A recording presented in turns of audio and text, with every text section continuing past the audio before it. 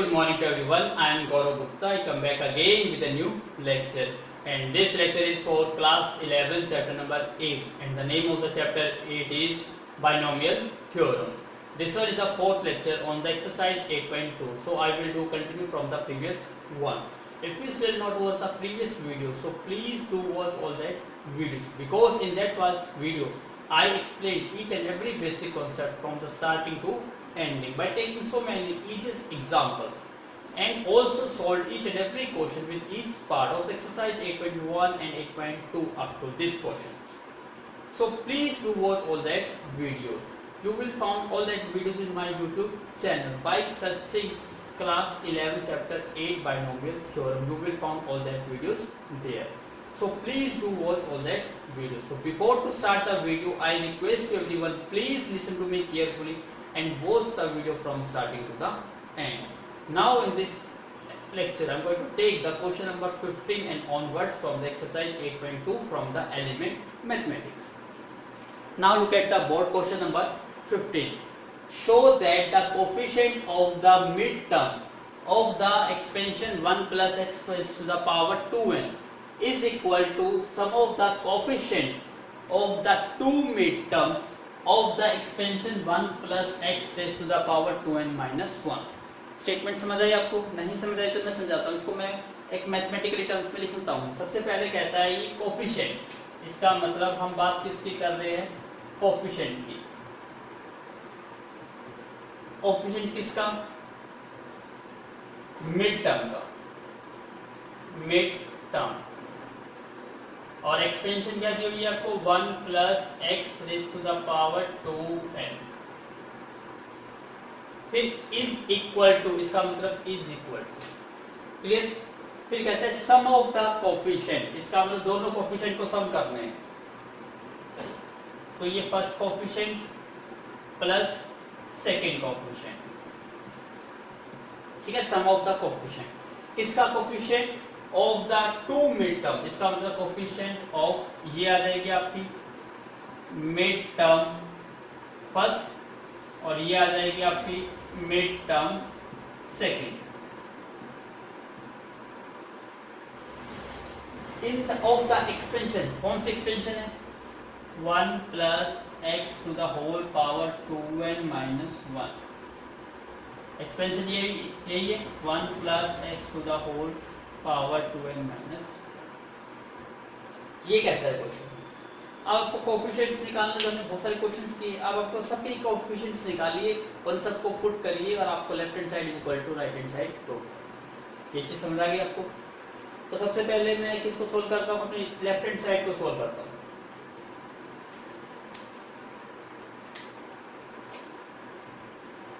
Left hand side सबसे पहले coefficient निकालना है मिड टर्म। तो ये पता होना चाहिए ना कि मिड टर्म कौन सी टर्म है। तो कैसे निकाल लेंगे मिड टर्म? सबसे पहले स्टेप क्या होता है? Total terms. और टोटल टर्म्स आपको पता है जितनी पावर होती है उसमें 1 ऐड कर देंगे, टोटल टर्म बन जाती है। तो 2n प्लस 1, ये बन गई हमारी टोटल टर्म्स। अब टोटल टर्म्स है कि क्या चीज? 2n प्लस 1, ये है आपका ओड है 2n प्लस 1, क्योंकि कोई 2 से मल्टीप्लाई करने पर जो भी नंबर बनता है वो इवन होता है। इवन में 1 ऐड करने से क्या बनता है? ओड। इसका मतलब ये नंबर ऑफ टर्म्स क्या है? ओड है। अब ओड की मिड टर्म क्या होती है? मिड टर्म फॉर्मूला क्या होता है? n plus 1 divide by 2 term, ये फॉर्मूला होता है। तो यहाँ अप्लाई करिए, n यहाँ पे कितना है? 2n प्लस 1, और उसमें 1 ऐड करना है, डिवाइड बाई 2, यही बनेगा। इसको थोड़ा और सिंप्लीफाई करते हैं, तो ये 2n plus 2 divide by 2, 2 common out ले लीजिए, क्या बन जाएगा? n प्लस 1 डिवाइड बाई 2, 2 से 2 कट कर गया, क्या आ गया? n plus 1। तो आपकी टर्म कौन सी आ गई? n plus 1। तो आप इसका मतलब इस एक्सपेंशन में आपको n प्लस 1 टर्म का क्या निकालना है? कोफिशिएंट निकालना है। क्लियर हुआ? तो please make a note this. Now look at the board. अब आपको ये पता चल गया कि टर्म कौन सी निकालनी है? n प्लस 1 एक्सटेंशन भी पता है, तो टर्म निकालने का रूल क्या था, कोफिशिएंट निकालने का रूल, जनरल टर्म। तो हम जनरल टर्म लिख देते हैं टी आर प्लस 1, क्या फॉर्मूला था, N C R first term की power N minus R and second term की पावर क्या थी, आर। इस एक्सपेंशन को कंपेयर करते हैं तो एन यहाँ पे कितना मिल गया हमें, 2n। फर्स्ट टर्म यहाँ पे क्या है 1 और सेकेंड टर्म यहाँ पे क्या है x। अब आपको r भी पता होना चाहिए, r आपको पता है, जो भी टर्म निकालते हैं उसमें से 1 लेस, तो यहाँ पे कौन सी टर्म निकालनी है आपको, n प्लस 1, तो इसमें से 1 लेस कर दीजिए, क्या बन जाएगा आपका n। तो सारी वैल्यूज पुट करिए, n यहाँ पे कितना है 2n, सी r की value n, first term 1 2n minus n, second term y की पावर है x की पावर r मतलब n। क्लियर हो गई, क्या वैल्यू रह गई है 2ncn, 1 की पावर कुछ भी हो दैट शुड बी 1, और ये रहेगा आपका x की पावर n। इसका मतलब ये बन गया आपका 2ncn x raise to the power n। ठीक है, ये तो हमारी क्या निकल गई, टर्म निकल गई, कौन सी टर्म, n प्लस 1। लेकिन हमें क्या निकालना था, कोफिशिएंट, कौन सी टर्म का, n प्लस 1 टर्म का। आपको पता है कोफिशिएंट का मतलब क्या होता है, जो x है उसको छोड़ दो, रिमेनिंग टर्म्स को लिखो, x को यहाँ छोड़ देंगे, टर्म देखिए, कोफिशिएंट किसका निकालना है हमें, 2ncn और x की पावर n। तो x की पावर n को छोड़ दो, इसके साथ टर्म क्या है ये, तो इसका कोफिशिएंट कितना आ गया 2ncn। क्लियर हो गया, तो ये चीज आपकी क्या आ गई, लेफ्ट हैंड साइड। अब हम राइट हैंड साइड को सोल्व करेंगे, तो पहले हम राइट हैंड साइड के दोनों कोफिशिएंट्स को निकालेंगे और फिर दोनों कोफिशिएंट को ऐड कर देंगे, और वो यदि इसके इक्वल आ जाता है तो क्वेश्चन क्या हो जाएगा, तो प्लीज मेक अ नोट।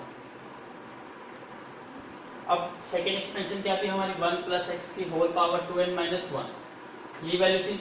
अब इसको सोल्व करना है तो पहले मिड टर्म निकालनी है, तो पहले पावर देखिए इसकी, पावर कह रहे हैं, सबसे पहले हम क्या निकाल लेते हैं, टोटल टर्म्स। टोटल टर्म्स क्या होती है, पावर में 1 ऐड करने से टोटल टर्म बनती है, इसका मतलब टोटल टर्म्स क्या आ गई 2n, और 2n क्या है आपका इवन, और यदि नंबर ऑफ टर्म्स इवन है तो मिडिल टर्म कितनी आती है 2, इसलिए उसने क्या कहा, sum of coefficient of 2 middle term, क्योंकि इसमें एक्सपेंशन में आपकी 2 मिडिल टर्म आएगी। मिडिल टर्म का फॉर्मूला याद है आपको, मिड टर्म फॉर्मूला क्या होता है, जो आपकी n है उसको डिवाइड बाय 2 करिए, वो टर्म और उससे नेक्स्ट टर्म। तो सबसे पहले n यहाँ पे कितना है 2n, तो 2n बाई 2 क्या आ गया आपका n, तो उससे नेक्स्ट टर्म क्या आ जाएगी आपकी n प्लस 1। इसका मतलब दोनों के कोफिशिएंट्स निकाल के आपको ऐड करने हैं। सबसे पहले हम कौन सी टर्म निकालते हैं, tn निकालते हैं, तो इसमें r की वैल्यू क्या होगी 1 लेस, तो r यहाँ पे क्या मिल जाएगा आपको 1 लेस करेंगे तो n माइनस 1, और यहाँ पे आपको तीनों चीज मिल जाएगी। तो n कितना है यहाँ पे, power is 2n minus 1, first term यहाँ पे कितनी है 1 और सेकेंड टर्म यहाँ पे कितनी है x, तीनों चीज मिल गई। जनरल टर्म का फॉर्मूला अप्लाई करिए, tr plus 1 is what ncr, first term to the power n minus r and second term की पावर कितनी होती है r। पुट करिए, n की वैल्यू यहाँ पे कितनी है 2n माइनस 1 सी आर, और r की वैल्यू कितनी आई n माइनस 1, फर्स्ट टर्म क्या है 1 n माइनस r, तो 2n minus 1 minus n plus 1, second term क्या है y की पावर r, और r यहाँ पे कितना है n minus 1।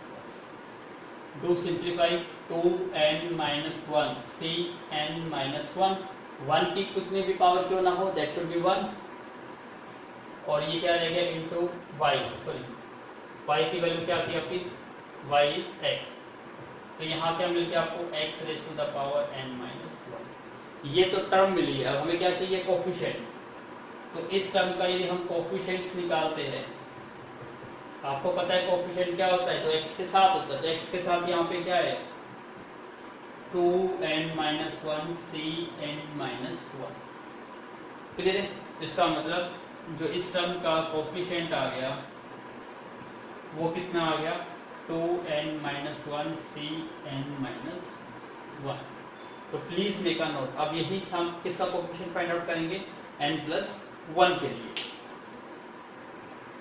Now look at the board. अब किसका कोफिशिएंट निकालना है n+1 का। तो पहले टर्म निकाल लेते हैं, हमें टर्म निकालनी है n+1। तो r की वैल्यू कितनी हो जाएगी 1 लेस, तो n+1 - 1 इट मींस क्या मिल गया हमें n। सारी वैल्यूज आपको पता है, तो हम अप्लाई करिए जनरल टर्म का tr+1 = ncr, first term to the power n-r and second term to the power r। n यहाँ पे कितना है 2n-1 cr, r यहाँ पे कितना है आपका n, फर्स्ट टर्म कितनी है 1, 2n-1 n, second term y की वैल्यू कितनी है x to the power r, और r की वैल्यू कितनी है n। Do simplify 2n-1 cn, 1 raise to the power कुछ भी हो that should be 1, it means आपके पास क्या आया x raise to the power n। अब हमें इसका क्या निकालना है कोफिशिएंट, तो इसका कोफिशिएंट क्या आ जाएगा 2n-1 cn। क्लियर है? तो हमारे पास इसका भी कोफिशिएंट आ गया। क्या कोफिशिएंट आ गया 2n-1 cn। क्लियर? अब इन दोनों का सम क्या होना चाहिए, हमारे लेफ्ट हैंड साइड के इक्वल होना चाहिए। अब इसको सोल्व करेंगे, तो again make a note. Now सबसे पहले क्या है आपका 2n, right hand side solve कर रहे हैं, 2n-1 cn-1 plus 2n-1 cn। अब इसको सोल्व करना है। इसके लिए प्रॉपर्टी याद रखिए जो मैंने आपको बताई थी पहले। प्रॉपर्टी क्या प्रॉपर्टी थी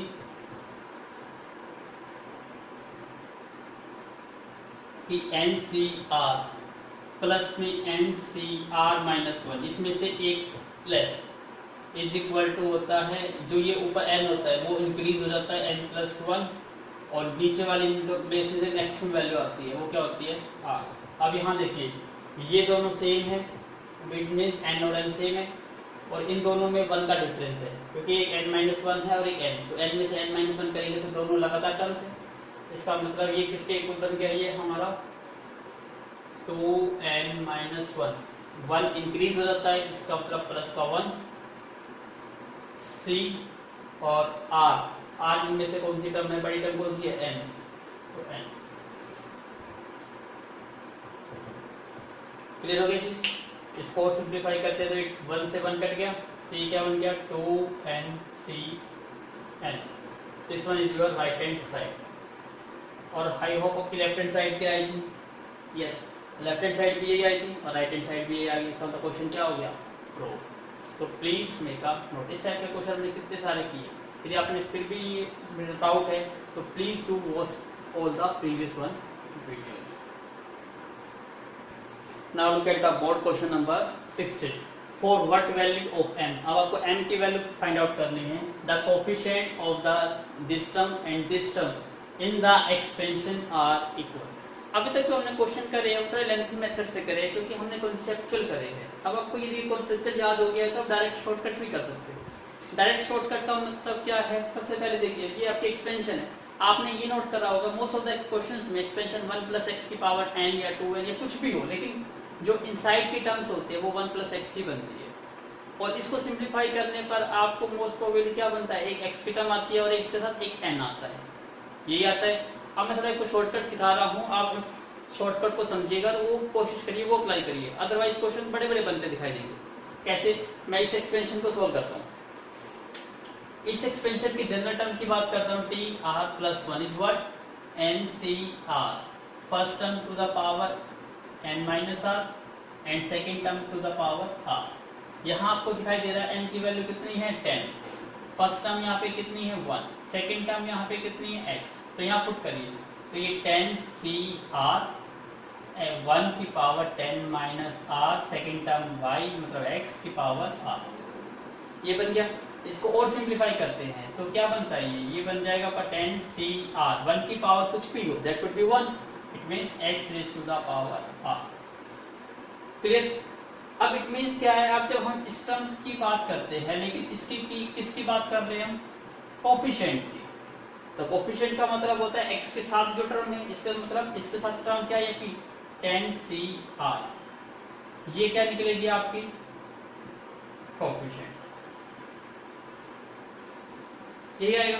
अब आपको पता है कि r से डिसाइड करेगा इसका कि कोफिशिएंट क्या आएगा, और r की वैल्यू आपको पता है जो भी टर्म निकालनी होती है उसमें से 1 लेस होती है।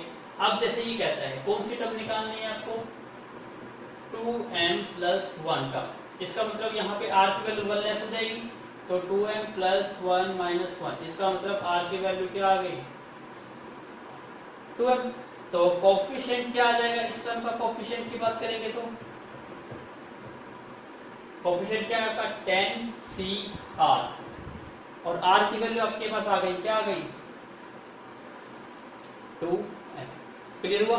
ऐसे ही आपको अब क्या निकालनी है, कोफिशिएंट निकालना है किसका, 4m प्लस 5 इस टर्म का। आपको पता है इसमें r की वैल्यू कितनी हो जाएगी 1 लेस, तो 4m प्लस 5 माइनस 1 किसके इक्वल आ जाएगा 4m प्लस 4। तो r की वैल्यू क्या आ गई 4m प्लस 4, तो कोफिशिएंट क्या बन जाएगा 10CR, तो क्या पुट कर दोगे 4m प्लस 4। आई होप आपको ये चीज समझ आई होगी।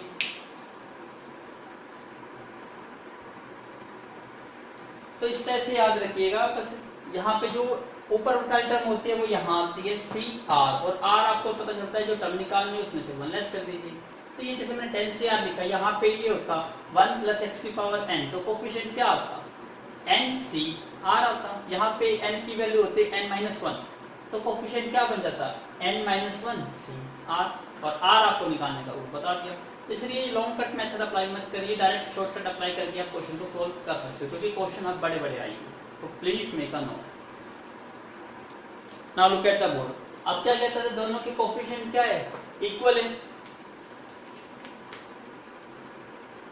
तो अकॉर्डिंग टू क्वेश्चन क्या कहता है, दोनों के कोफिशिएंट, पहला कोफिशिएंट कितना आया 10C2m, और सेकेंड कोफिशिएंट कितना आया 10C4m प्लस 4, इक्वल है।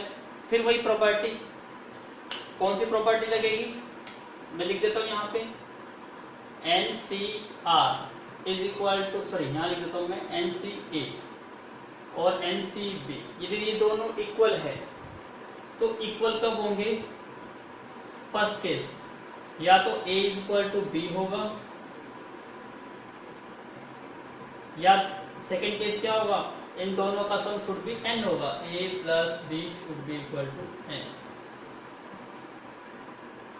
ये प्रॉपर्टी मैं ऑलरेडी लिखवा चुका हूँ। यदि दो कॉम्बिनेशन इक्वल होते हैं, या तो उन दोनों का बेस सेम होगा, या दोनों का बेस का सम किसके इक्वल होगा, पावर के इक्वल होगा। तो हम दोनों अप्लाई करते हैं। पहला केस तो क्या बनेगा, यहाँ पे दोनों इक्वल हो सकते हैं, तो 2m is equal to 4m plus 4। एक केस ये बनेगा, या दोनों का sum 2m plus 4m plus 4 should be equal to क्या होना चाहिए n, और n यहाँ पे कितना है 10। तो इसको सॉल्व करिए, 2m को ले जाओ, ये क्या बन जाएगा 2m, और इधर ले उसको माइनस का 4, तो m इज इक्वल टू आ जाएगा -2। ठीक है, सेकंड यहाँ से निकालते हैं 2m और 4m कितना हो गया 6m, 4 को राइट साइड में कर दो, 10 माइनस 4 इज इक्वल टू 6, तो m की वैल्यू क्या हो गई, m आपका नेचुरल नंबर था, इसलिए ये तो एग्जिस्ट नहीं करता, it is not possible.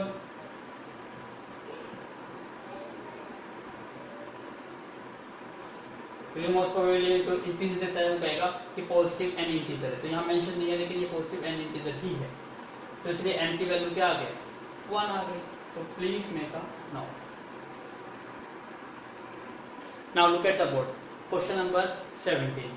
If the coefficient of p plus 1 term in the expression this is equal to p plus 3 term, show that p is equal to n plus 1। Again coefficient की बात कर रहे हैं, अब तो direct आपको सीख चुके हो तो डायरेक्ट अप्लाई करिए। अब हम किसकी बात कर रहे हैं, मैं जनरल की बात कर रहा हूँ। सबसे पहले मैं जनरल लिखवा देता हूँ आपको, जनरल कोफिशिएंट किसका, 1 plus x to the whole power 2n। क्या आता है डायरेक्ट पता है आपको, n जो भी है यहाँ पे n कितना है 2n सी आर, यही होता है। अब आपको किसका कोफिशिएंट निकालना है, p प्लस 1 टर्म का। तो यहाँ पे r की वैल्यू क्या हो गई, p प्लस 1 माइनस 1, इसका मतलब r की वैल्यू क्या हो गई p। तो कोफिशिएंट क्या बन गया आपका 2ncp। सेकेंड कोफिशिएंट किसका निकालना है आपको, p प्लस 3 टर्म का। तो p प्लस 3 माइनस 1, तो r की वैल्यू कितनी मिल गई आपकी, p प्लस 2। तो कोफिशिएंट क्या आ गया 2ncp प्लस 2। क्लियर। अब ये क्या कहता है, ये क्या है इक्वल है, और इक्वल आने को ये प्रूव करना है। तो अकॉर्डिंग टू क्वेश्चन क्या गिवन है,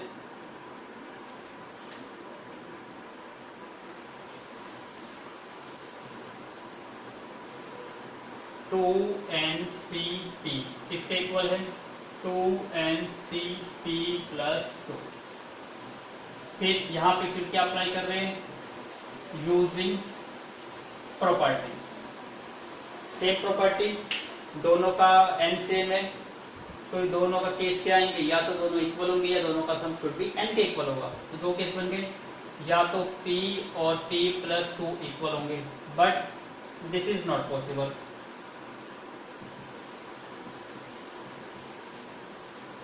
क्या ये पॉसिबल है, p और p प्लस 2, क्योंकि p की वैल्यू यदि इंटीजर होगी, पॉजिटिव इंटीजर, तो या तो 1 से स्टार्ट होगी, तो 1 मिनिमम वैल्यू होगी, तो 1 और 1 प्लस 2 मतलब 1 इज इक्वल टू 3। क्या पॉसिबल है, नहीं।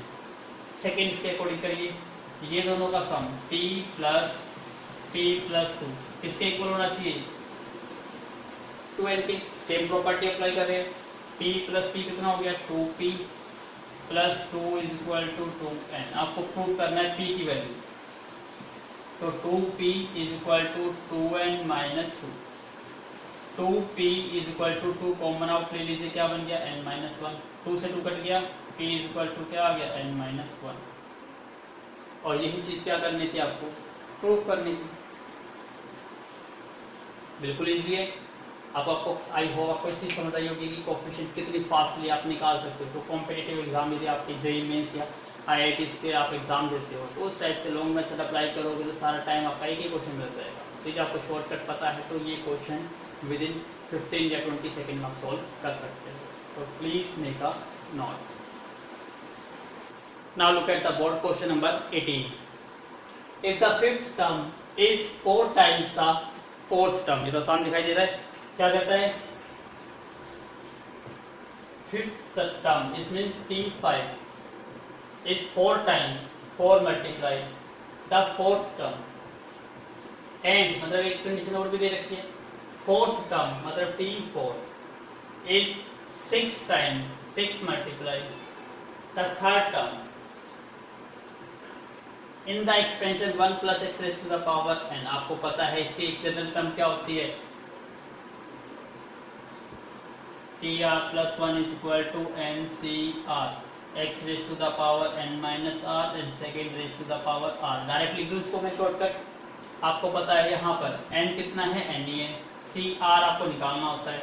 फर्स्ट टर्म यहाँ पे 1 है और n माइनस r यहाँ होगी, सेकेंड टर्म x है टू द पावर r। तो यहाँ देखिए NCR x की पावर क्या हो गई r, क्योंकि 1 raise to the power should be 1 होगी।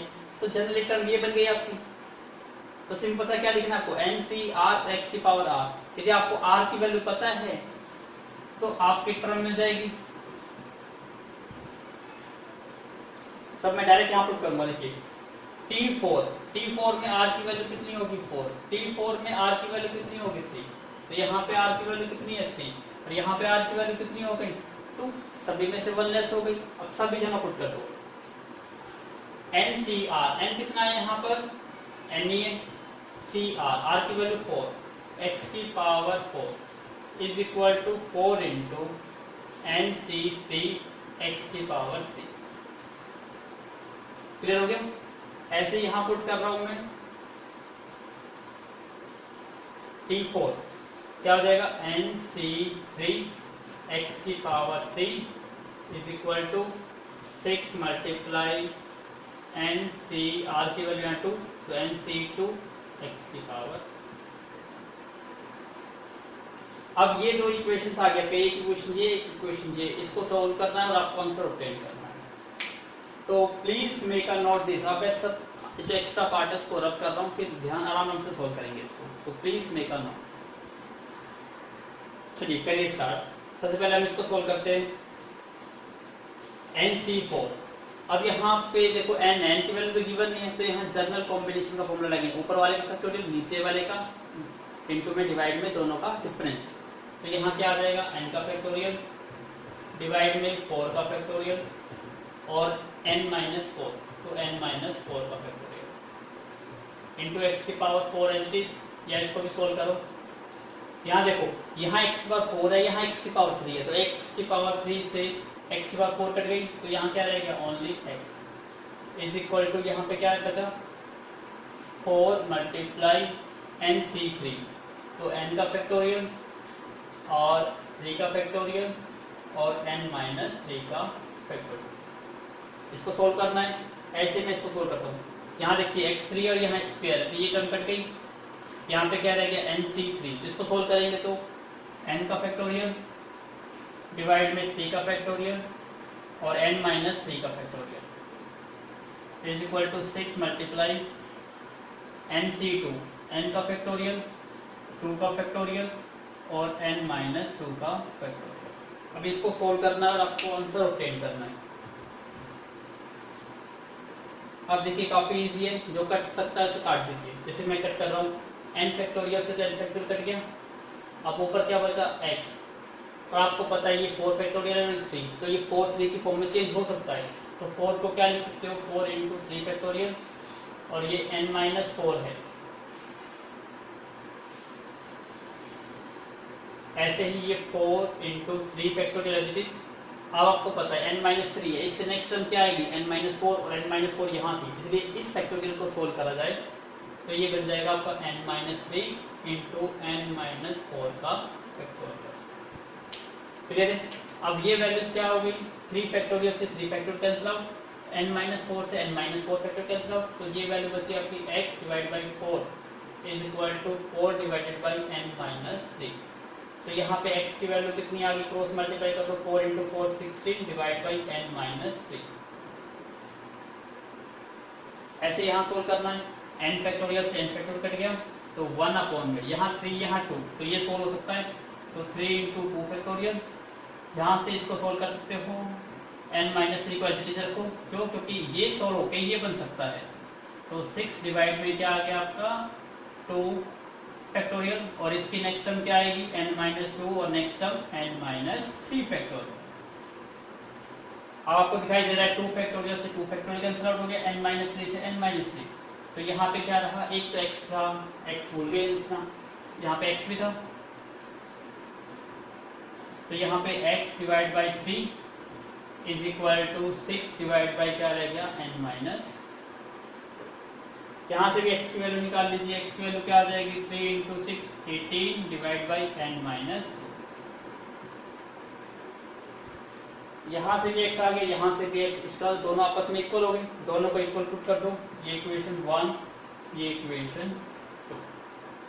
तो I am going to put that equal, तो क्या बन जाएगा ये 16 n-3 is equal to 18 n-2। Cross multiply कर लो, तो ये बन जाएगा 16 n-32 is equal to 18 n-54। तो 18 माइनस ये 2n हो गया, और ये प्लस का 54 में से 16 माइनस कर देंगे, कितनी वैल्यू आ जाएगी ये आपकी 18 और 4 22।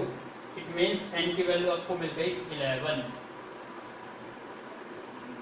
n की वैल्यू 11 आ गई। आपको x भी निकालना था, x की वैल्यू यहाँ से निकाल लीजिए, 16 डिवाइड बाई 11 माइनस 3, इसका मतलब 16 डिवाइडेड बाई 11 माइनस 3 8 पे कट कर दो, तो it means x is equal to, तो आपको x इज इक्वल टू 2 मिल गया और n is equal to 11। That is the answer. तो please make a note. Now look at the board question number 19। ये कहता है if the 3 successive coefficients in the expansion, मतलब 3 लगातार कोएफिशिएंट्स, तो आपको कंटिन्यूसली 3 टर्म लेनी होगी लगातार, तो इसको लेने का आसान तरीका होता है लगातार ले लीजिए ऐसी टर्म। लेट ले लो एक tr+1, फिर tr+2, tr+3, तीनों टर्म्स लगातार है तो इनके कोएफिशिएंट भी लगातार रहेंगे। यहाँ पे r की वैल्यू कितनी मिल जाएगी इसमें, r = r+1 - 1, इसका मतलब r की वैल्यू क्या मिल गई आपको r, तो नेक्स्ट में क्या मिल जाएगी r = r+1 और नेक्स्ट में r = क्या मिल जाएगा r+2। अब हमें क्या निकालने थे coefficient, direct shortcut method use कर सकते हो। अब यहाँ पे 1 + x⁴n, कोएफिशिएंट्स में क्या आता था NCR आता है सिर्फ, तो n यहाँ पे n ही है, CR।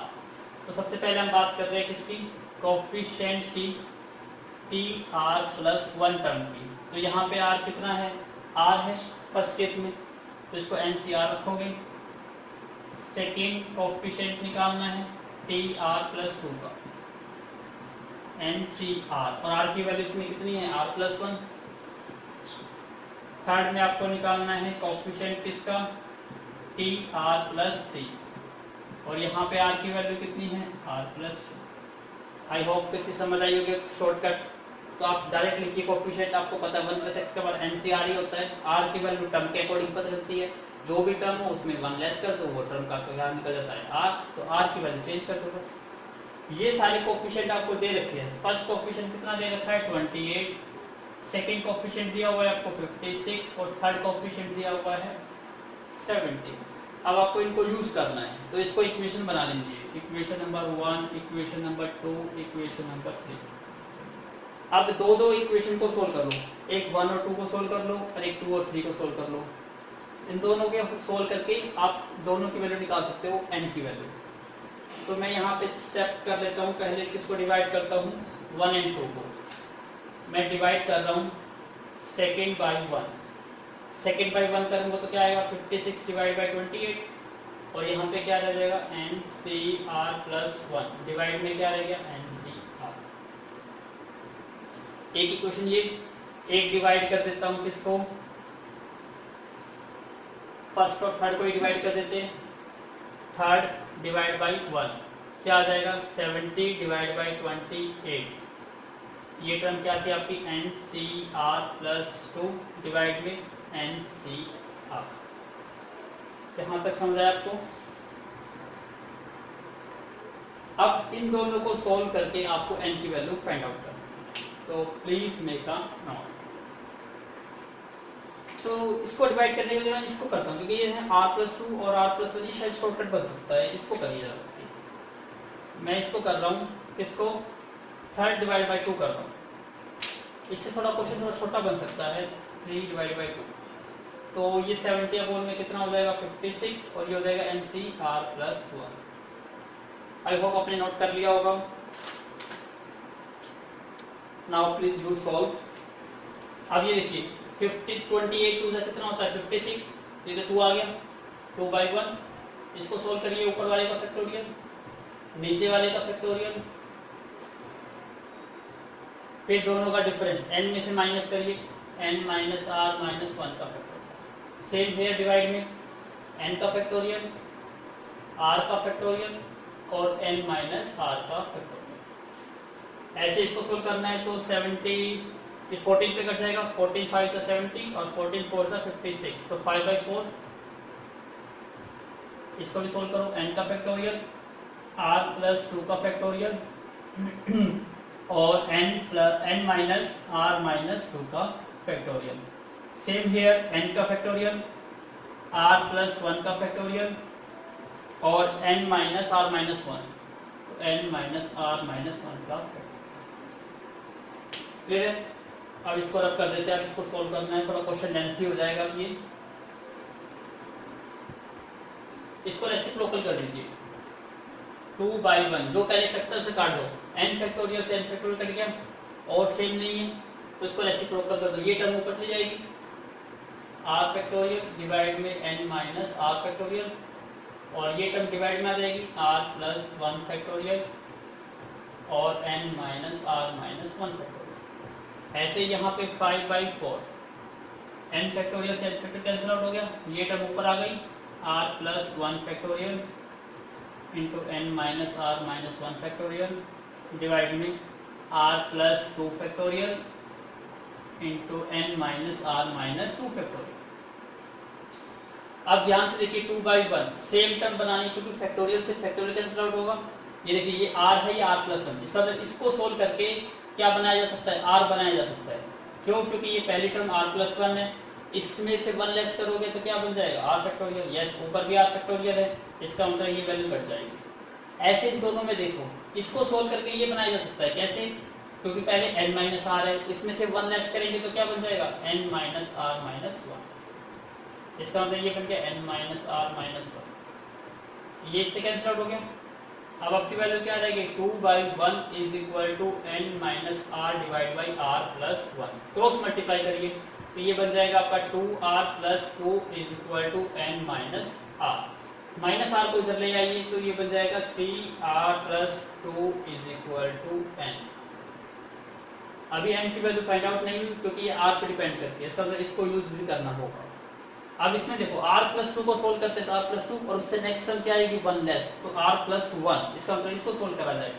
तो ये 5/4 r प्लस 1 का फैक्टोरियल एज इट इज, इसको सोल्व करते हैं तो ये r प्लस 2 और इससे नेक्स्ट टर्म क्या आएगी, r प्लस 1 का फैक्टोरियल। ऐसे ही देखो, इसमें से एक और लेस करेंगे तो क्या आएगा, n माइनस 2, तो यहाँ पे 2 चाहिए, इसका मतलब इसको सोल्व करिए आप, n माइनस r माइनस 1 और फिर n माइनस r माइनस 2 का फैक्टोरियल।